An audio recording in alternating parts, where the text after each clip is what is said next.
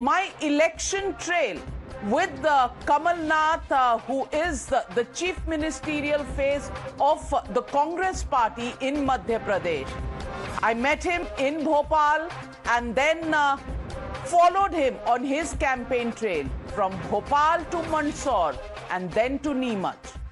All of that coming up on the other side.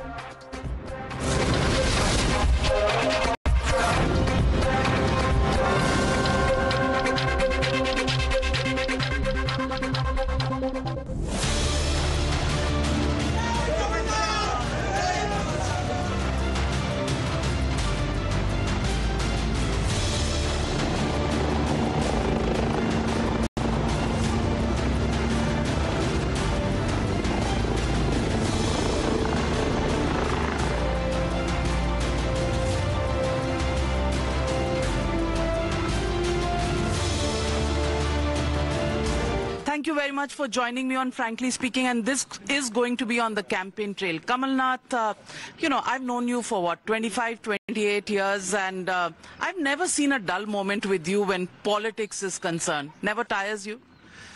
Well, it is tiring, but then you go to whom? It is the pursuit of fulfillment. There's a difference between achievement and fulfillment. In the pursuit of fulfillment, that energizes you. तो इतनी energy जो आप लेकर आते हैं, पहले आप इतने साल सेंटर में रहे, मुझे लगता है 9 आपने लोकसभा के चुनाव जीते हैं और उसके बाद अब यहाँ पर आकर आपने भोपाल में अपना बेस बना लिया है। मुख्यमंत्री की लड़ाई ज्यादा अच्छी लगती है या केंद्रीय मंत्री का रोल ज्यादा पसंद था? देखिए, मैंने जैसे कहा कि फुलफिलमेंट मेरा ऑब्जेक्टिव है और मैं तो अब यहाँ सालों से रहा हूँ। मैंने पूरी जिंदगी मध्य प्रदेश की राजनीति में नहीं पर मध्य प्रदेश में काटी है और यहाँ की राजनीति में मैं 1 मई 2018 को अध्यक्ष बना था। तो उसके बाद 3 महीने में चुनाव थे, तब हमारी गवर्नमेंट बनी, तब सौदा हुआ, हमारी सरकार गिरी। तो उसके बाद से तो मैं यही हूँ और हर जिले में मेरा संपर्क है, हर जिले का मैं दौरा करता हूँ। आज आप भी चल रही हैं, मैं 2 जिलों में जा रहा हूँ।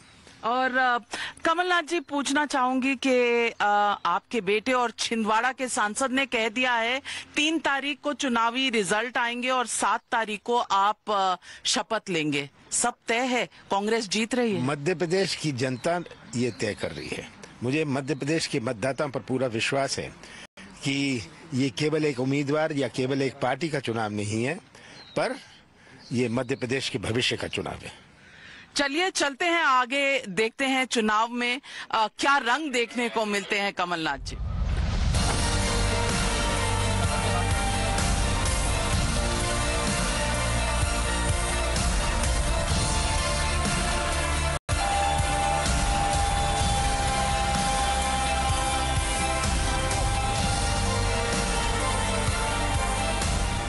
कमलनाथ जी, हम भोपाल से निकलकर मंदसौर की तरफ जा रहे हैं। मंदसौर और नीमच आज आपके एजेंडा पर है। ये दोनों जगह जो हैं यहाँ पर बीजेपी के स्ट्रॉन्ग होल्ड माने जाते हैं, लेकिन आप जा रहे हैं, कुछ मिलेगा नहीं मिलेगा, कभी ये ख्याल दिमाग में आता है? मेरा प्रयास है कि जो हमसे सबसे कमजोर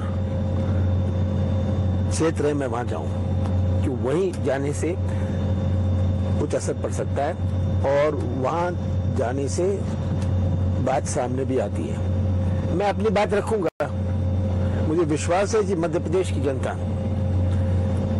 मेरा जो कार्यकाल था, मेरे जो 15 महीने की जो आपकी सरकार, 15 महीने मेरे पास नहीं थे, 11.5 थे, 2.5 महीने तो लोकसभा चुनाव और आचार संहिता में गए, पर मैं अपने 11.5 महीने का हिसाब मोटा मोटा देता हूं और मैं कहता हूं इसकी गवाह मध्य प्रदेश की जनता है। आप केंद्र में मंत्री रहे हैं, यूनियन मिनिस्टर रहे हैं, आपने कॉमर्स, इंडस्ट्री, पार्लियामेंट्री अफेयर्स, तमाम आपने पोर्टफोलियो संभाले। मैं आपसे पूछना चाहती हूँ, ये प्रोफिलगेसी, ये जो रेवड़ी बांटने का कल्चर है, ये कोई भी राज्य क्या सस्टेन कर पाएगा? पिछले 5 महीनों में ये शिवराज सिंह जी ने किया। हमने तो केवल अपना वचन दिया है कि हम महिलाओं को 18 साल बाद शिवराज सिंह जी को बहनें याद आई और हमने तो कहा महिला को 1500 रुपए देंगे। हम चाहते हैं क्रय शक्ति बढ़े हर परिवार की। आपने कहा शिवराज चौहान को अब बहनें याद आई हैं, पर उनकी लाडली स्कीम तो कब से चल रही है। सब झूठ। ये इन्होंने जो 1000 रुपए और अब कह रहे हैं 1500 दूंगा, ये 5 महीने पहले से शुरू करी। इसमें भी शर्तें रखी हैं कि उस उम्र वाली के देंगे, उस उम्र के देंगे, आपको ये होना चाहिए, वो नहीं होना चाहिए। ये तो 5 महीने पहले की स्कीम है। इन्होंने इतनी सारी चीजें, इनको बहनें याद आई 18 साल बाद, इनको कर्मचारी याद आए, इनको नौजवान याद आए पिछले 5 महीने में। और जनता, आप सोचते हैं क्या ये समझती नहीं है कि ये किस प्रकार का प्रलोभन दे रहे हैं। आपको लगता है कि एक चुनाव जो 5 राज्य में है, वहाँ एक मुहिम कांग्रेस की ये भी है कि हर राज्य में ईडी, सीबीआई पहुंच जाती है। वहाँ राजस्थान में पीसीसी चीफ जो है उनके घर रेड्स हुए, उनके बेटे को बुलाया गया, अशोक गहलोत के बेटे को बुलाया गया ईडी द्वारा। मध्य प्रदेश में तो ऐसा नहीं हुआ, लेकिन फिर भी ये कहा जाता है जब भी इलेक्शन है तो ईडी सीबीआई निकल आती है। देखिए, पूरा देश देख रहा है जो हो रहा है, और बीजेपी सब चीजों का उपयोग कर रही है। ये अच्छे संकेत भविष्य के लिए नहीं है, क्योंकि 5 साल बाद क्या होगा, 10 साल बाद अगर ऐसी परंपराएं बन गई, किसको नुकसान है। आप आज की बात, कल की बात छोड़िए, 5 साल बाद, 10 साल बाद,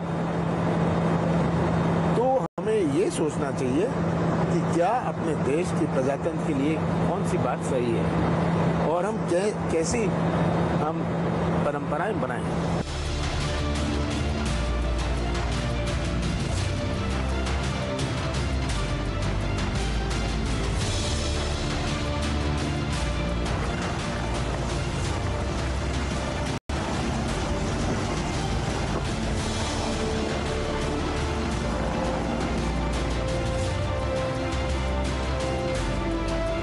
जाति जनगणना की बात आपने अपने मैनिफेस्टो, अपने वचन पत्र में की है, और कांग्रेस ने कुछ पिछले समय से कास्ट सेंसस की भी बात की है।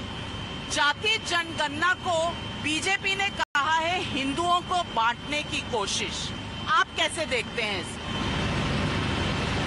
बीजेपी हर प्रयास करेगी, कैसे समाज में विवाद हो, कैसे समाज को बांटा जाए। इनके पास अब कहने लायक ये बेरोजगारी की, किसानों की समस्या की, छोटे व्यापारियों की, इनकी बात नहीं करते। ये बात करते हैं ध्यान मोड़ने की राजनीति। अब जनता समझ गई है कि शिवराज सिंह कितना भी ध्यान मोड़ना चाहे, अब इनका ध्यान मोड़ना नहीं है।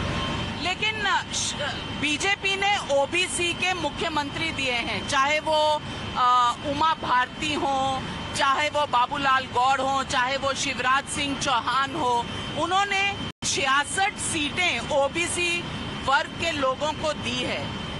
आपकी पार्टी ने 62 सीटें दी हैं, 62 सीट्स, लेकिन मुख्यमंत्री का फेस, कोई बड़ा फेस ओबीसी से नहीं है। इससे क्या कांग्रेस को कोई डिसएडवांटेज है? बिल्कुल नहीं। सब जानते हैं कि 27% आरक्षण कमलनाथ ने दिया था, इसका मैं कानून लाया था।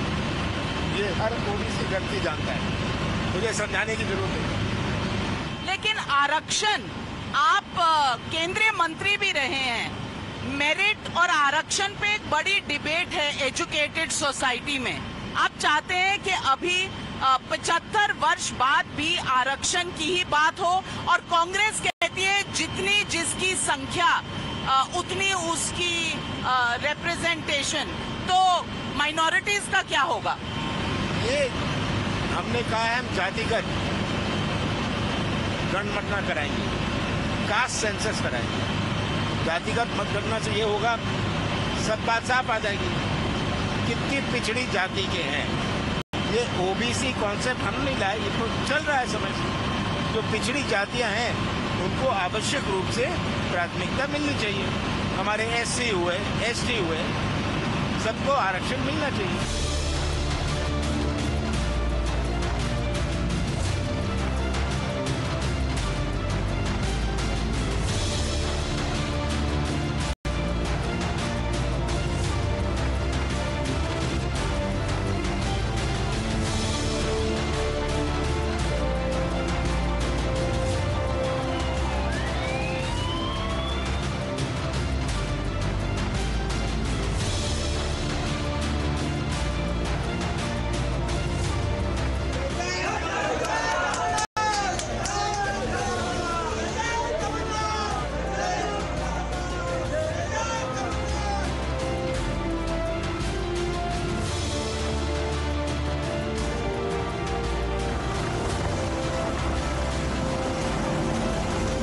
कमलनाथ जी, बीजेपी ने अपने केंद्रीय मंत्री उतारे हैं मध्य प्रदेश में।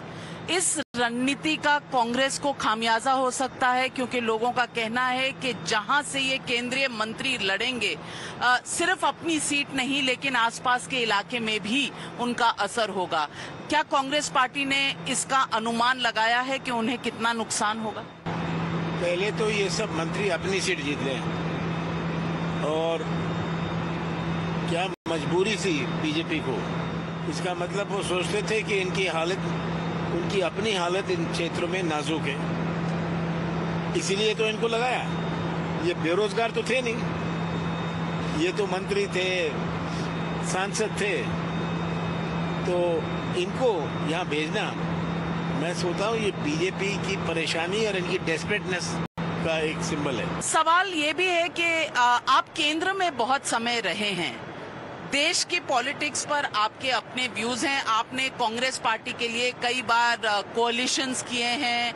मैं याद करूं तब का समय जब तमिलनाडु में बिल्कुल छूट गया था, कांग्रेस टूट गई थी, आप ही वापस लाए थे तमिल मनीला कांग्रेस को। आप पार्लियामेंट्री अफेयर्स मिनिस्टर भी रहे हैं। तो 2024 के बारे में आपकी क्या सोच है? क्या बीजेपी अभी भी इनविंसिबल है, या इंडिया अलायंस कहीं ना कहीं ये दिखा रही है कि सारे विपक्षी साथ हो जाएं सिर्फ बीजेपी को हराने, तो ये एक डिफेंसिव स्ट्रैटेजी है? ये जो बीजेपी 2019 में जीती, मुझे नहीं लगता कि उतनी सीटें जीत सकती है। अब ये विधानसभा के चुनाव, ये स्थिति साफ हो जाएगी जब इसके 3 दिसंबर को परिणाम आएंगे। उसके बाद लोकसभा में क्या होने वाला है वो भी साफ हो जाएगा। लेकिन पिछली बार 2018 में कांग्रेस पार्टी मध्य प्रदेश, छत्तीसगढ़ और राजस्थान तीनों चुनाव जीती थी, फिर भी 2019 में बीजेपी लोकसभा के चुनाव जीती और पहले से ज्यादा सीटें लेकर आई। मैंने कहा राजनीति में बहुत परिवर्तन हुआ है। ये हम सोच लें कि परंपरागत आज किसी की कोई सीट है, ये बहुत बड़ी भूल होगी। आज कोई परंपरागत कोई सीट किसी पार्टी की नहीं है, कोई परंपरागत गांव नहीं है, कोई परंपरागत मकान नहीं है। बाप बेटा, भाई भतीजा अलग अलग वोट डालते हैं। लेकिन कमलनाथ जी, इंडिया अलायंस, अगर ये घटक दल राज्य के चुनावों में सीट शेयरिंग पर अग्रीमेंट पर नहीं आते, तो लोकसभा चुनाव में कैसे आएंगे? क्योंकि सबकी महत्वाकांक्षाएं होंगी। देखिए, हर प्रदेश की स्थिति अलग है। अब आप बंगाल की स्थिति और मध्य प्रदेश की तुलना नहीं कर सकते। आप राजस्थान और कर्नाटक या केरल की तुलना नहीं कर सकते। हर प्रदेश को अलग अलग देखना पड़ेगा। हर प्रदेश को अलग अलग। तो बंगाल में तो कांग्रेस को फिर ममता जी कोई सीट नहीं देंगी, और आप कई बार बंगाल में संपर्क में रहे हैं ममता जी के, प्रेसिडेंट चुनाव से लेकर तमाम मुद्दों पर। क्यों देंगी वो कांग्रेस पार्टी को जब कांग्रेस पार्टी 0 पर है? ये जो चर्चाएं चल रही है, ये सब बात सामने आएगी। और मैंने तो जब मैं कांग्रेस का महामंत्री था बंगाल से, मैंने ममता के साथ अलायंस किया था। तो ये अलायंस होता है, और ये सब बातें अब आगे आने वाले समय में तय हो गई। कर्नाटक के चुनाव में एक बहुत बड़ी चीज सामने आई थी, वो थी मुस्लिम वोट बैंक। मैं पूछना चाहती हूं कि सारा मुस्लिम वोट कंसोलिडेट होकर कांग्रेस की तरफ कर्नाटक में आया। मध्य प्रदेश में क्या इसी तरह का एक एकजुट वोट होकर कांग्रेस को मिलने की उम्मीद है? ये कि हम केवल मुस्लिम वोट पर डिपेंडेंट हैं, ये बात नहीं है। मुसलमान का अपना जजमेंट है, वो अब उनका अनुभव है, हिंदुओं का भी अपना अनुभव है। तो कौन सी ऐसी सीटें हैं जो मुसलमान वोट से हम जीत सकते हैं? ऐसी कोई सीट नहीं। सीधी बात तो ये है। तो जब तक कोई जाति भी हो, एक जाति पर हम सीट नहीं दे सकते। हमारी जो आरक्षित सीटें हैं, एसटी सीट है, केवल एसटी सीट में हम आदिवासी वोट से नहीं जीत सकते। आदिवासी प्लस प्लस प्लस चाहिए। हमारी जो एससी सीट्स हैं आरक्षित, वो हमें एससी प्लस प्लस प्लस चाहिए। ये नहीं है कि एससी सीट है तो एससी कैंडिडेट लगा दो, सब एससी वोट मिल जाएगी। एससी वोट मिल भी जाए पर आपको उसके बाद प्लस प्लस प्लस और वोट भी चाहिए। तो यानी कि इसीलिए आप सेफ खेलते हैं।